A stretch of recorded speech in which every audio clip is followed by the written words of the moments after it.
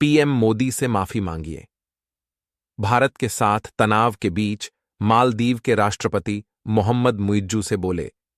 विपक्षी नेता मालदीव जमहूरी पार्टी जेपी के नेता कासिम इब्राहिम ने कहा, पड़ोसी देश के बारे में हमें इस तरह से बात नहीं करनी चाहिए जो दोनों देशों के रिश्ते को प्रभावित करती है। मैं राष्ट्रपति मुइज्जू से औपचारिक रूप से माफी मांगने के लिए कहता हूं। मालदीव के राष्ट्रपति मोहम्मद मुइज्जू का रुख हमेशा भारत विरोधी रहा है। मालदीव के राष्ट्रपति मोहम्मद मुइज्जू, मालदीवियन प्रेसिडेंट मोहम्मद मुइज्जू को भारत का विरोध करना महंगा पड़ रहा है। मुइज्जू को अपने ही देश में विपक्षी दलों की आलोचनाओं का सामना करना पड़ रहा है। भारत विरोधी नीति मालदीव्स इंडिया रो के लिए एक और प्रमुख विपक्षी पार्टी एमडीपी राष्ट्रपति मोहम्मद मुइज्जू के खिलाफ संसद में महाभियोग प्रस्ताव लाने की तैयारी में है।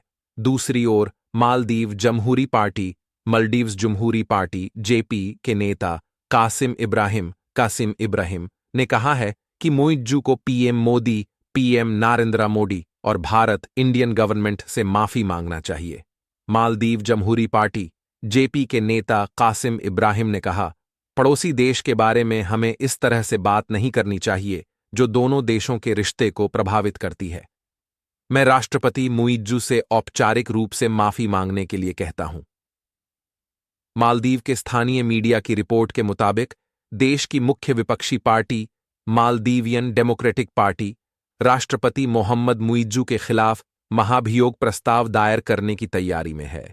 एमडीपी के सांसद ने स्थानीय मीडिया से चर्चा करते हुए कहा, हमने और डेमोक्रेटस ने मिलकर महाभियोग प्रस्ताव को लेकर तय संख्या में साइन कर दिए हैं।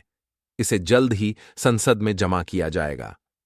कुछ दिनों पहले कई विपक्षी नेताओं ने एक साथ संवाददाता सम्मेलन को संबोधित किया था। विपक्षी नेताओं ने कहा, देश की सरकारों को मालदीव के लोगों के लाभ के लिए सभी विकास भागीदारों के साथ काम करना चाहिए। अब तक मालदीव पारंपरिक रूप से यही करता आया है। हिंद महासागर में स्थिरता और सुरक्षा मालदीव की स्थिरता और सुरक्षा के लिए अत्यंत महत्वपूर्ण है। कैसे बढ़ा भारत और मालदीव के बीच तनाव? प्रधानमंत्री नरेंद्र मोदी ने लक्षद्वीप की यात्रा के दौरान इसे मालदीव के जैसा बताया था। पीएम मोदी ने इस आइलैंड की तारीफ करते हुए भारतीय पर्यटकों से लक्षद्वीप घूमने की अपील की थी। इस ट्वीट के बाद से ही मालदीव में बवाल मच गया। वहां के मंत्रियों ने पीएम मोदी के ट्वीट पर उनका विरोध किया। इसके बाद भारतीयों ने सोशल मीडिया पर मालदीव के बायकॉट का हैशटैग चला दिया। हालांकि मोदी का विरोध करने पर इन मंत्रियों को पद से हटा दिया गया था।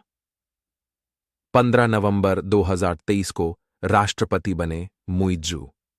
15 नवंबर 2023 को मोहम्मद मुइज्जू ने मालदीव के नए राष्ट्रपति के तौर पर शपथ ली थी। इसके बाद से भारत और मालदीव के रिश्तों में खटास आई है। 14 जनवरी को मालदीव में हुई कोर कमेटी की बैठक में मुइज्जू सरकार ने वहां मौजूद 88 भारतीय सैनिकों को हटाने के लिए 15 मार्च तक का समय मालदीव हमेशा से भारत का दोस्त रहा।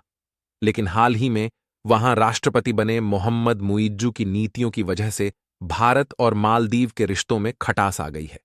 मुइज्जू हमेशा से खुले तौर पर भारत के विरोध में नजर आए हैं। उन्होंने चुनाव के दौरान भी इंडिया आउट का नारा दिया था। राष्ट्रपति मुइज्जू का झुकाव चीन की ओर ज्यादा रहा है। विपक्ष का रवैया मुइज्जू के लिए चिंता की बात। मुइज्जू के साथ प्रोग्रेसिव पार्टी ऑफ मालदीव और उनकी अपनी पीपुल्स नेशनल कांग्रेस शामिल है।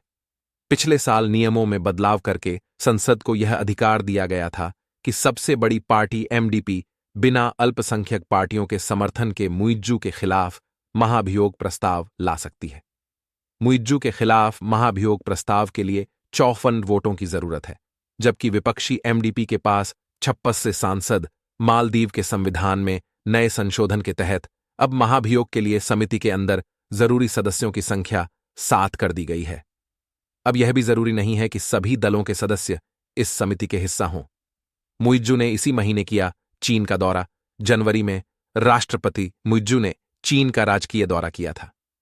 यह उनका पहला राजकीय दौरा था, जबकि आमतौर पर मालदीव के राष्ट्रपति पहला राजकीय दौरा भारत का करते हैं। चीन से लौटने के बाद मुइज्जू ने उसकी तारीफ की थी। उन्होंने कहा था, चीन हमारे आंतरिक मसलों में दखल नहीं देता। उन्होंने यह भी कहा था कि हमारा देश छोटा है, लेकिन इसका यह मतलब नहीं कि किसी को हमें धमकाने का लाइसेंस मिल गया है।